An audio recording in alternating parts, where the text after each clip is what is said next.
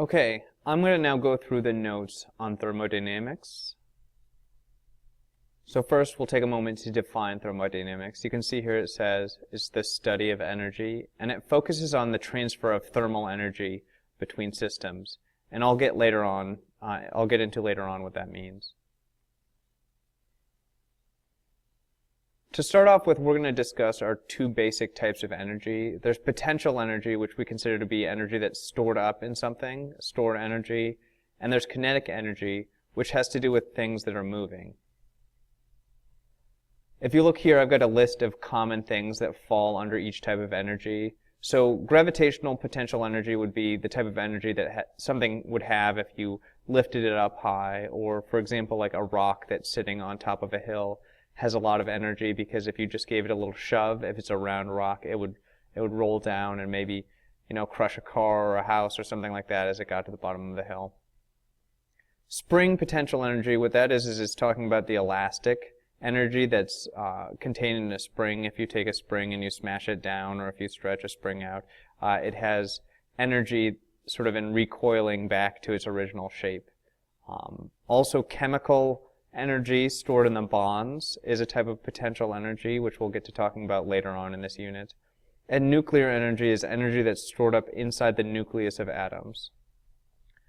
Now over there on the kinetic energy side, you can see that I've got movement, where I say macroscopic, okay, rotation, movement microscopic, which I call the temperature, and I'm going to go ahead and elaborate a little bit more on those. So macroscopic means big enough that you can see it with your eyes, whereas microscopic means too small to see with your eyes. So when we talk about macroscopic movement, I'm saying things that you could see with your eyes that are moving, say a truck driving by, a baseball being thrown through the air, things like that. That's the type of kinetic energy. Rotation, you can think about something that's not really moving from side to side, but something like a top that's spinning on its axis. That has kinetic energy because it's moving and there's energy stored in that movement. The next type is temperature. We call that microscopic movement. So what we're thinking about here is the movement of individual atoms or molecules. So nothing in chemistry is really stopped unless we're at absolute zero temperature. Little particles are always moving around. Even in a solid, they're vibrating in place. So the temperature of something is actually just a measure of its average kinetic energy. And I'll talk about that a little bit more as we go on. The law of conservation of energy here, it says, is that energy is never created nor destroyed, only transferred. So the idea is that energy can exist in a lot of different forms, but you don't ever get rid of energy. It just gets transformed into these different forms. Heat versus temperature. So it asks if they're the same or different. Well, if they were the same, I probably wouldn't be asking this question, so you can guess maybe here that they are different from one another. I'll get into discussing why now. So temperature measures particle motion. So what we're looking at here is actually a measurement of the average kinetic energy. So temperature specifically is measuring how things are moving. Heat, on the other hand, is measuring the flow of energy between a hot object and a cold object, okay? And heat, notice here, heat is not the energy itself, it's the process through which energy flows from one object to another. That's the phenomenon known as heat. So that might not be the way that we use it in our everyday lives, but heat is really just energy moving from hot objects to cold objects. And specifically, that's a type of thermal energy that has to do with the temperature. Things that are at high temperatures have high thermal energies, which is the energy that's stored up in the vibration of the particles. So you can see how those two things are kind of different. And so if you ever take your temperature, what you're actually doing when you stick the thermometer in your mouth is you're measuring the average movement or the average kinetic energy of those molecules in your tongue.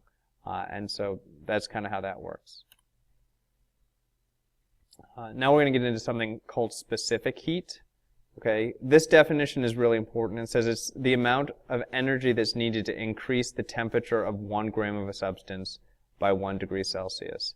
So lots of different substances have different specific heats, and I'm going to go ahead and show you a table of them here in a minute. It's important We abbreviate specific heat using the variable C. The reason is because specific heat is short for specific heat capacity. So C has to do with the specific heat capacity. The capacity there is the C. We find that things that have high specific heats, they require a lot of energy to raise the temperature by 1 degree Celsius. Things with low specific heats don't require as much energy to raise the temperature by 1 degree Celsius. So you can see down here we have a list of different substances and their specific heats. Water has a very, very high specific heat. Okay, things like metals tend to have low specific heats. So this can let you sort of realize that metals are going to heat up really quickly with not a lot of energy, whereas water will take a long, long time. You might be familiar with sitting there waiting for a pot of water to boil or something like that. You know, water takes a long time to heat up because it takes a lot of energy for water's temperature to rise. Okay, so thinking about this, it says which is better to place in a park, a metal slide or a plastic slide? Well, when I was a kid, there were a lot more metal slides, but you might have realized now that mostly they're made out of plastic. The reason is because if you look back here at the table of specific heats, as I said, metals tend to have really low specific heats, which means it's really easy for them to get hot. So if it's a hot summer day and the sun is shining down, you're going to have a really, really hot metal slide versus the plastic slide. Plastic has a higher specific heat, so it won't heat up quite as much, and so you won't end up burning your legs there on the plastic slide. But the metal slide can be a little bit more uncomfortable. So here we're going to start talking about endothermic and exothermic processes again, but before we do that, we have to start discussing a way that things are analyzed in terms of energy. So generally speaking, we split the universe up into two different things. Okay, we have the system, which is what we're looking at. Okay, so a lot of times it's just the reaction inside the vessel that we're looking at. And then we have the surroundings, which is everything else in the universe. So it says air, water, us, everything else. Here's the surroundings. So if say you're looking at water being heated up inside of a beaker, okay, the system might be the water. Okay, the surroundings then would be the beaker, a ring stand, myself, you know, the table, the entire Earth, the entire galaxy. Everything outside of the water is called the surroundings. So it makes up the entire universe. So there are only two things.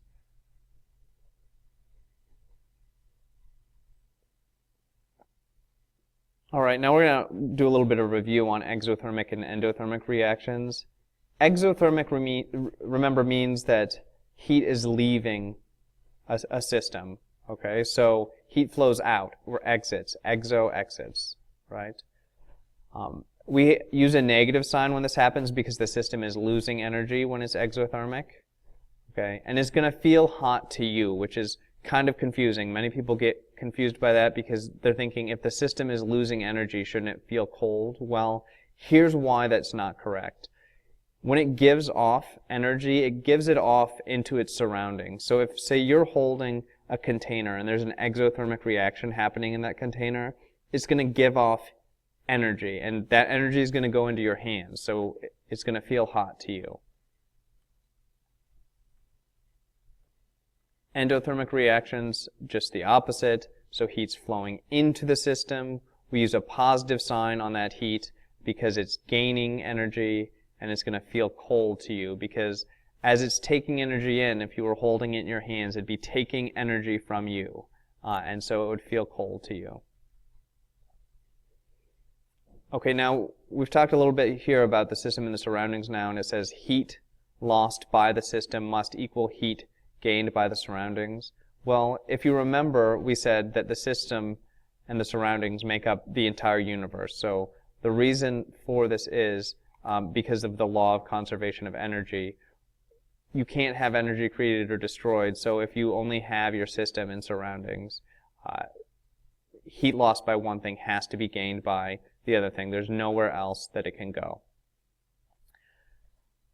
Here we have a little thought experiment about putting a thermometer inside of a mitten and then one on the outside of a mitten and then just setting them on a table in a room for a long time. So you put these two thermometers on a table. One is inside of a mitten.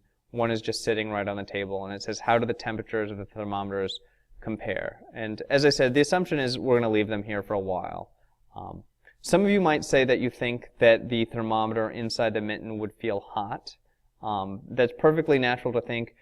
However, you have to realize that mittens actually do not generate heat. They don't generate their own heat. When our hands get warm inside the mitten, it's because we are generating heat.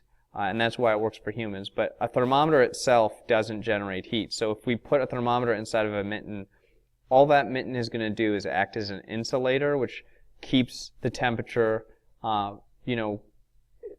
constant inside the mitten. However, if you let it have a really, really long time, the temperature inside the mitten is going to equal the temperature on the outside of the mitten. And so, they're going to be the same for both thermometers.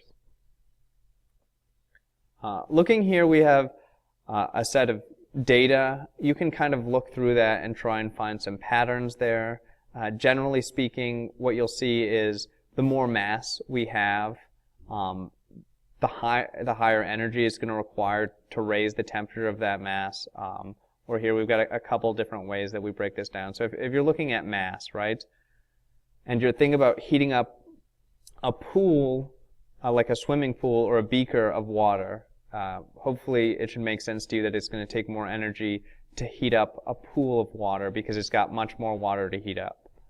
Right? Another way that you can think about that is the amount of temperature change. So if we've got some water again and we're trying to raise it 1 degree Celsius versus raising the water 100 degrees Celsius, it should make sense that it's going to take more energy to raise the water by 100 degrees Celsius. The other thing that this depends on is specific heats. So we went through that example with metal or plastic. Metal has a low specific heat. Plastic, we said, has a relatively high specific heat. So plastic is going to require more energy to heat up than the metal does, which is why we wouldn't want to build that slide out of metal because it heats up really, really easy. Specific heats that are low mean that it heats up easily.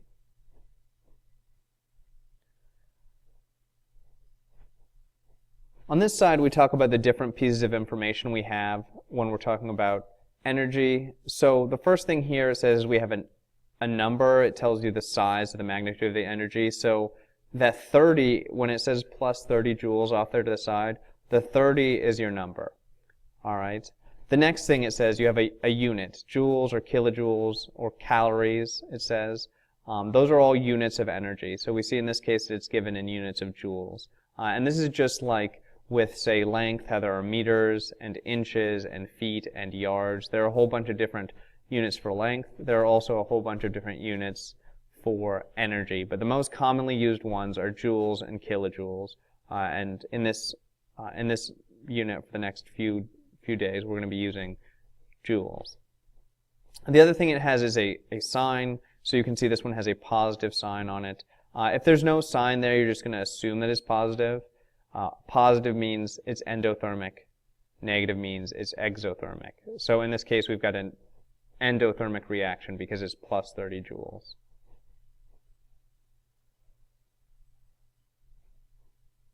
So putting all these different relationships together, we have an equation that goes along with this. It says Q equals mc delta T.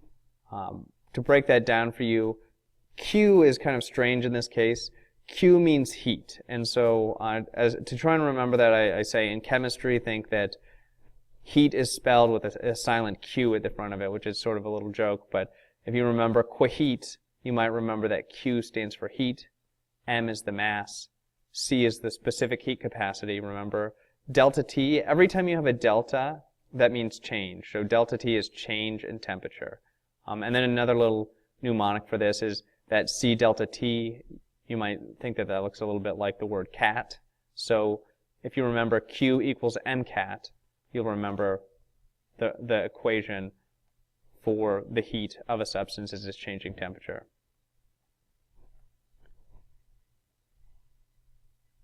So again, remember heat, Q is heat, and heat means the transfer of energy. So Q is going to tell us how much thermal energy is transferred.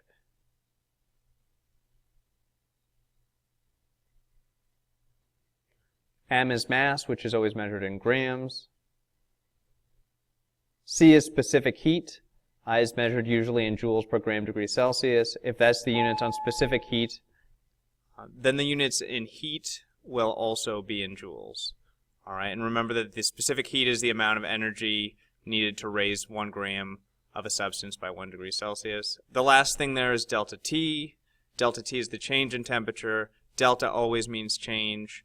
All right, and it's final minus initial, and that's really important that you remember as well, because there'll be some times mathematically where you need to do the final temperature minus the initial temperature.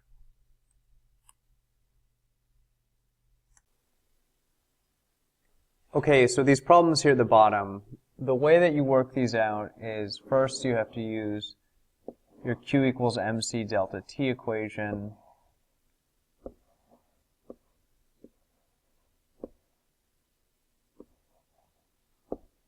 The way that I recommend doing it is using what's called an algebra circle. Basically, the way this works is you'll cover up whatever letter that you want to solve for, and then what's left over is the equation that you need to solve for that variable. So for instance, if I cover up Q, what's left is mc delta T all in line. Or if I cover up C, I get Q over m delta T. And so that's generally the way that we're going to be solving these problems. This one here, you have to read the question and see what it's asking you for. It says, how much energy would it take to heat it from 21 degrees Celsius to 32 degrees Celsius? So we're looking for energy, which is Q. So we use Q equals mc delta T. The mass is given 5.63 grams. The specific heat capacity is given as 0.24 joules per gram degree Celsius. And then for delta T, we have to look here. It says it's going from 21.0 to 32.0. That means it's going up by 11. So we take this. And then it's important to note here that the first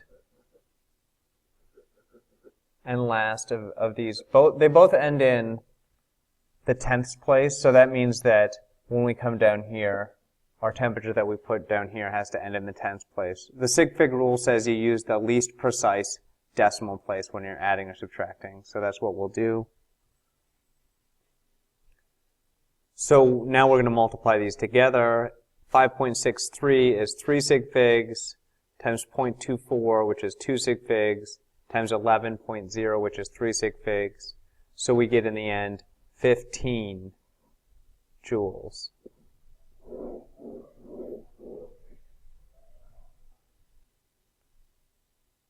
On this second problem, again, look through it, try and figure out what they're asking for. If you read through, you'll see it says, what is the specific heat? So in this case, what we're looking for is C. If you look back at your algebra circle, you'll see that C equals Q over m delta T. In this case, Q equals 5.80, m equals 1.60, and delta T, we've got 41 minus 23. They're both to the 10th place, so our answer will be to the 10th place. That's 18.0. You multiply those together, and what we end up with is 0.201 joules per gram degree Celsius.